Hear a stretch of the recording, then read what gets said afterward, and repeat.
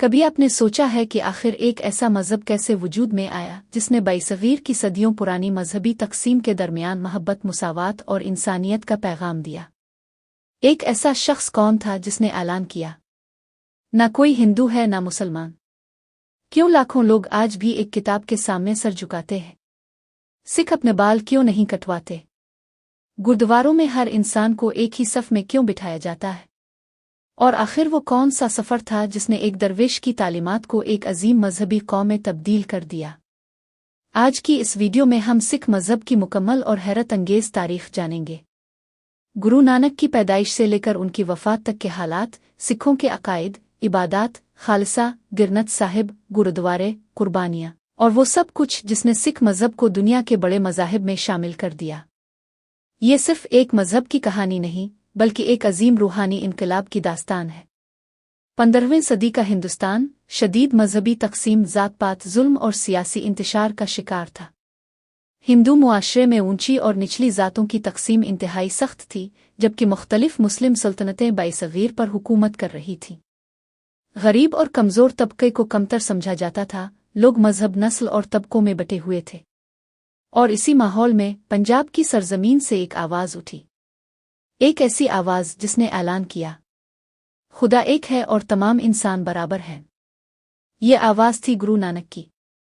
گرو نانک کی پیدائش 15 اپریل 1469 عیسوی میں پنجاب کے گاؤں تلونڈی میں ہوئی، جو آج پاکستان میں ننکانہ صاحب کہلاتا ہے۔ ان کے والد ایک مقامی افسر تھے، جبکہ والدہ کا نام ماتا تریپتا تھا۔ ان کی ایک بہن بھی تھیں، بی بی نانکی، جنہیں سب سے پہلے گرو نانک کی روحانی عظمت کا احساس ہوا۔ بچپن ہی سے نانک عام بچوں سے مختلف تھے۔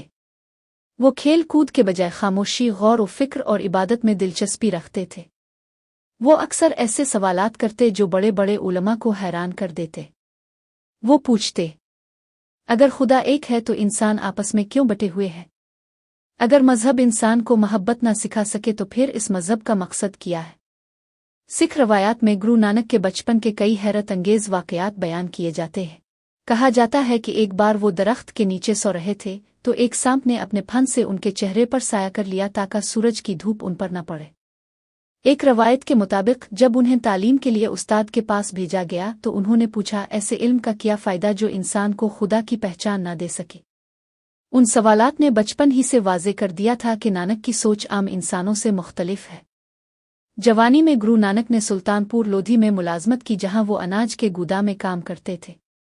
اسی دوران ان کی شادی ماتا سلکھنی سے ہوئی اور ان کے 2 بیٹے پیدا ہوئے، لیکن دنیاوی زندگی ان کے دل کو مطمئن نہ کر سکی۔ وہ اکثر دریا کے کنارے جا کر عبادت اور مراقبہ کیا کرتے تھے۔ پھر ایک دن ایسا آیا جس نے تاریخ کا رخ بدل دیا۔ 1499 عیسوی کے قریب ایک صبح گرو نانک دریا میں نہانے گئے، مگر 3 دن تک واپس نہ آئے۔ لوگ سمجھنے لگے کہ وہ ڈوب چکے ہیں، لیکن 3 دن بعد جب وہ واپس آئے تو ان کے چہرے پر عجیب نور تھا۔ واپس آتے ہی انہوں نے وہ تاریخی الفاظ کہے جنہوں نے ایک نئے مذہبی سفر کی بنیاد رکھ دی۔ انہوں نے کہا، نہ کوئی ہندو ہے نہ مسلمان۔ اس اعلان کا مطلب یہ تھا کہ خدا کے نزدیک سب انسان برابر ہیں، اور اصل چیز انسان کی نیت اور کردار ہے، نہ کہ اس کی ظاہری مذہبی شناخت۔ یہیں سے سکھ مذہب کا آغاز ہوا۔ لفظ سکھ سنسکرت کے لفظ ششیہ سے نکلا ہے، جس کا مطلب ہے شاگرد ہوا، سیکھنے والا، یعنی وہ انسان جو سچائی اور خدا کی تلاش میں رہے۔ گرو نانک نے اپنی تعلیمات پھیلانے کے لیے طویل سفر کیے، جنہیں آدھا ساہے کہا جاتا ہے۔ انہوں نے ہندوستان، افغانستان، تبت، عرب، بغداد، مکہ اور مدینہ تک سفر کیے۔ ان کے ساتھ بھائی مردانہ ہوتے تھے جو رباب بجاتے تھے۔ ان اسفار کے دوران گرو نانک مختلف مذاہب اور علاقوں کے لوگوں سے ملتے، ان کے سوالات سنتے اور انہیں خدا، انسانیت اور مساوات کا درس دیتے۔ مکہ کے سفر سے متعلق ایک مشہور روایت بھی سکھ روایات میں بیان کی جاتی ہے۔ بعض روایات کے مطابق جب گرو نانک مکہ پہنچے تو تھکن کی وجہ سے سو گئے اور ان کے پاؤں خانہ کعبہ کی طرف تھے۔ پھر ایک شخص نے غصے سے کہا، تم نے خدا کے گھر کی طرف پاؤں کیوں کیے ہیں؟ اور روایت میں یہ بیان کیا جاتا ہے کہ گرو نانک نے جواب دیا، میرے پاؤں اس طرف کر دو جہاں خدا موجود نہ ہو۔ تاہم یہ بات ذہن میں رکھنا ضروری ہے کہ اس واقعے کی تاریخی اور مستند اسلامی کتب میں واضح بنیاد موجود نہیں ملتی، और बहुत से मुहक्किकीन के मुताबिक ये वाक़या बाद में गुरु नानक के बाज़ अक़ीदतमंदों की जानिब से बतौर रूहानी हक़ायक़ बयान किया गया, जिसे क़तई तारीख़ी हक़ीक़त नहीं कहा जा सकता। मुसलमानों के नज़दीक खाना कबा इंतहाई मुक़द्दस मकाम है, इसलिए इस किस्म की रवायात को एहतियात और एहतराम के साथ बयान करना ज़रूरी है। अलबत्ता सिख हलकों में इस रवायत को ज़्यादातर इस मफ़हूम के तौर पर पेश किया जाता है कि खुदा हर जगह मौजूद है, न कि किसी मुक़द्दस मकाम की बेअदबी के तौर पर। गुरु नानक की तालीमात इंतहाई सादा मगर बहुत गहरी थीं। वो कहते थे खुदा एक है, वो बेशक्ल है, हमेशा से मौजूद है और तमाम इंसानों का खालिक है। सिख मज़हब में खुदा को अवाहिगुरु कहा जाता है। गुरु नानक ने ज़ात पात के निज़ाम की शदीद मुखालफत की और कहा, कोई इंसान ऊंचा आ नीचा नहीं, उनके नज़दीक सब इंसान बराबर थे। उन्होंने लोगों को मेहनत, दियानत और दूसरों की मदद करने की तालीम दी। उनके 3 बुनियादी उसूल थे। नाम जपो यानी खुदा को याद करो, किरुत करो यानी ईमानदारी से मेहनत करो, विंद शेको यानी दूसरों के साथ बांट कर खाओ। इसी सोच के तहत गुरु नानक ने लंगर की रवायत शुरू की। लंगर ऐसा इज्तिमाई खाना होता है जहां हर मजहब, ज़ात और तबके के लोग एक ही सफ़ में बैठकर खाना खाते हैं। इस रवायत का मकसद था इंसानों के दरमियान मुसावात पैदा करना। आज भी दुनिया भर के गुरुद्वारों में लाखों लोगों को बिला तफरीक मुफ्त खाना फराहम किया जाता है।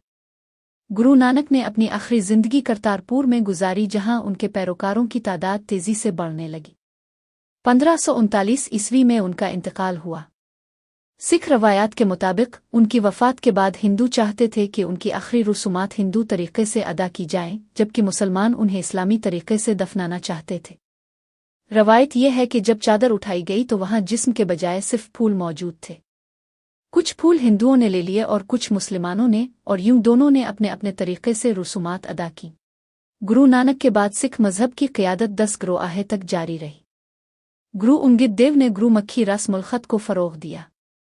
गुरु अमरदास ने लंगर के निज़ाम को मजबूत किया। गुरु रामदास ने अमृतसर शहर की बुनियाद रखी। गुरु अर्जुन देव ने और गुरु गिरनत साहिब और मुरत्तब की और बाद में कत्ल कर दिए गए। गुरु हरगोबिंद ने सिखों को अस्करी तरबियत देना शुरू की। गुरु तेग बहादुर ने मजहबी आज़ादी के लिए अपनी जान कुर्बान की। फिर आए 10वें गुरु, गुरु गोबिंद सिंह। 1699 ईस्वी में गुरु गोबिंद सिंह ने खालिसा कायम किया। उन्होंने 5 रज़ाकारों को मुंतखब किया, जिन्हें पंच प्यारे कहा जाता है। खालसा का मकसद था सिखों को एक बहादुर, मुनज़्ज़म और मुत्तहिद कौम बनाना। इसी मौके पर 5 कुकर मुतारफ किराए गए, जो आज भी खालसा सिखों की पहचान है। केश यानी बाल न कटवाना, कंघा यानी सफाई की अलामत, कड़ा यानी फौलादी कड़ा, करपान यानी कमज़ोर की हिफाजत की अलामत, और कच्छीरा यानी पाकीज़गी और नज़्म। सिखों की मुक़द्दस किताब और गुरु गिरनत साहिब है। सिख इसे सिर्फ किताब नहीं बल्कि जिंदा गुरु मानते हैं। इसमें सिख ग्रोआहे के अलावा मुख्तलिफ सूफ़ी और भगत शुअरा का कलाम भी शामिल है। गुरुद्वारों में इसी किताब की तिलावत की जाती है और सिख इसके सामने अदब से सर झुकाते हैं। सिख इबादतगाह को गुरुद्वारा कहा जाता है। गुरुद्वारों में इबादत, कीर्तन, पाठ और लंगर का एहतमाम किया जाता है। कीर्तन में रूहानी कलाम मौसीकी के साथ पढ़ा जाता है, जबकि अरदास एक ख़ास दुआ होती है। सिख सुबह सवेरे अमृतवेला में इबादत को बहुत अहम समझते हैं। सिख मज़हब के अकायद में खुदा की वहदानियत, इंसानों की बराबरी, सच्चाई, खिदमत, खुल्क और जुल्म के खिलाफ खड़ा होना बुनियादी हैसियत रखते हैं। सिख बुत परस्ती पर यकीन नहीं रखते और न ही ज़ात पात के निज़ाम को मानते हैं। उनके नज़दीक खिदमत भी इबादत है। सिखों के अहम त्योहारों में बैसाखी शामिल है, जो खालिसा के क़याम की याद में मनाई जाती है। गिरपुरब मुख्तलिफ ग्रोआहे की पैदाइश और वफ़ात की तक़रीबात को कहा जाता है, जबकि हौला महल्ला में रूहानी और अस्करी मुज़ाहरे किए जाते हैं।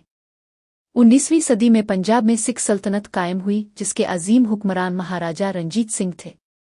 उन्होंने एक ताकतवर रियासत कायम की जहां मुख्तलिफ मज़ाहिब के लोग अमन से रहते थे। सिख तारीख़ कुर्बानियों से भरी हुई है। गुरु अर्जुन देव और गुरु तेग बहादुर की शहादतें आज भी अजीम कुर्बानियों की मिसाल समझी जाती है। आज दुनिया भर में सिख बरादरी आबाद है। भारत, पाकिस्तान, बरतानिया, कनाडा, अमेरिका और ऑस्ट्रेलिया समेत कई ममालिक में सिख अपनी मेहनत, दियानत और खिदमत खुल्क की वजह से पहचाने जाते हैं। दुनिया के सबसे बड़े मुफ्त किचन्स में से कई सिख बरादरी चलाती है। अमृतसर का गोल्डन टेम्पल दुनिया के मशहूर तरीन मजहबी मकामात में शुमार होता है, जहां हर रोज़ हज़ारों लोग आते हैं। सिख मजहब सिर्फ इबादत और रसूमात का नाम नहीं बल्कि इंसानियत, मुसावात, खिदमत और बहादुरी का पैगाम है। गुरु नानक ने एक ऐसे दौर में मोहब्बत और इंसानियत की बात की जब दुनिया नफरतों में तकसीम थी। उनकी तालीमात आज भी लाखों लोगों के लिए उम्मीद, इत्तेहाद और रूहानी सुकून का जरिया है। और शायद यही सिख मजहब का सबसे बड़ा पैगाम है। इंसानियत सबसे बड़ी हकीकत है। गरामी कदर नाजरीन, अगर आपको ये तफसीली वीडियो पसंद आई हो तो इसे लाइक करें, कमेंट में अपनी राय ज़रूर दें और ऐसी ही तारीखी, मजहबी और तहकीकाती मौज़ूआत पर मज़ीद शानदार वीडियोज़ देखने के लिए हमारे चैनल को सब्सक्राइब करना मत भूलें। अब अपने मेज़बान को इजाज़त दीजिए। एक नए सफ़र तक के लिए अल्लाह हाफ़िज़।